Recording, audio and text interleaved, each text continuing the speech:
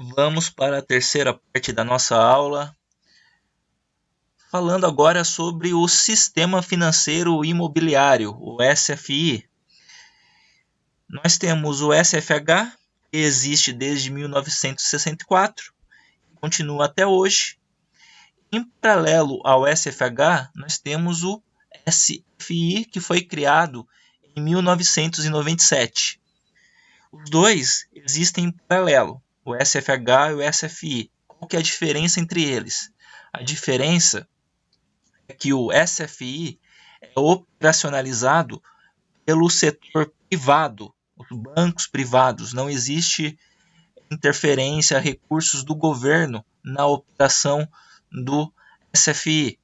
Ele gerencia financiamentos imobiliários fora das normas do SFH. Para passar de forma bem direta para vocês, o SFI é quem operacionaliza financiamentos imobiliários para imóveis acima do valor de R$ 1,5 milhão. Quais eram os objetivos da criação do SFI? Primeiro, aumentar a flexibilidade dos financiamentos imobiliários, que eles não ficassem presos apenas aos recursos do governo. Estimular o crédito imobiliário, diminuir a intervenção estatal, a participação do governo no financiamento imobiliário, além de, claro, incentivar o setor de construção civil, injetando mais recursos na construção de moradias. O setor de construção civil também se beneficia. Algo muito importante que vocês devem ter em mente é que os financiamentos do SFI não utilizam recursos do FGTS.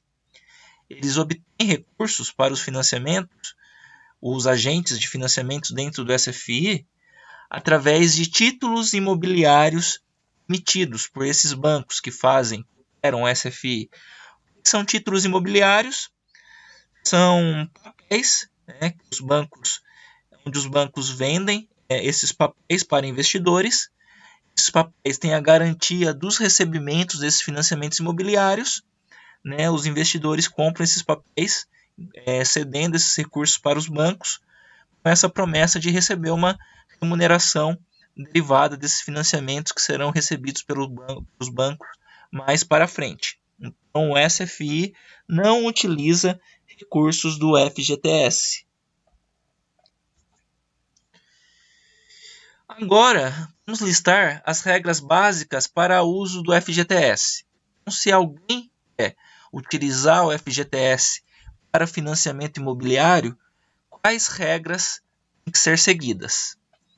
Para o interessado em utilizar o FGTS, ele tem que ter no mínimo 3 anos de trabalho sob o regime do FGTS, ou seja, 3 anos de trabalho no mínimo com carteira assinada. Esses anos não precisam ser consecutivos e nem na mesma empresa. Ele não pode ter um financiamento ativo no sistema financeiro de habitação, no SFH, então ele não pode ter um outro financiamento, nem ser proprietário de outro imóvel residencial urbano, localizado na mesma cidade onde esse interessado trabalha ou onde mora. Ele não pode ter outro imóvel em seu nome. E ele necessariamente precisa trabalhar na cidade onde pretende comprar o imóvel.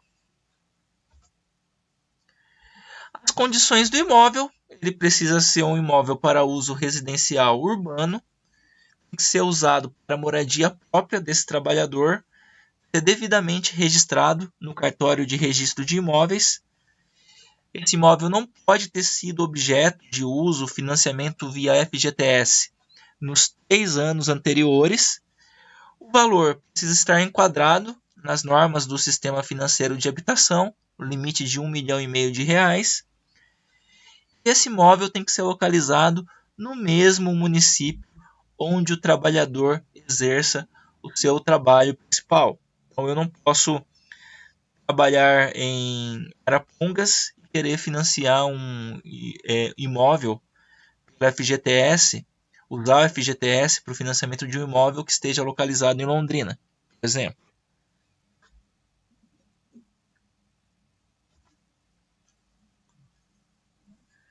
A lei número 8.036/90 estabelece outros critérios para a utilização do FGTS no financiamento imobiliário, sendo elas: o trabalhador pode utilizar o FGTS para adquirir o imóvel pronto, em construção ou na planta, ou para adquirir um terreno para construção imediata de moradia. Não pode ser para adquirir um terreno para ficar parado ou para ceder a construção e viver de aluguel depois. O terreno tem que ser usado para se morar nele. O FGTS pode ser utilizado individualmente ou em conjunto com outra pessoa. Então, o interessado pode utilizar o FGTS dele e mais do cônjuge, da esposa, do marido, de algum parente ou de um amigo, desde que essa outra pessoa também siga aqueles critérios de ter pelo menos 3 anos de trabalho com carteira assinada, né, e siga todos os outros critérios, todas as outras regras de utilização do FGTS. Então, o interessado ele pode acrescentar o valor do FGTS de outra pessoa, desde que ela também siga as regras para a utilização do FGTS no financiamento imobiliário.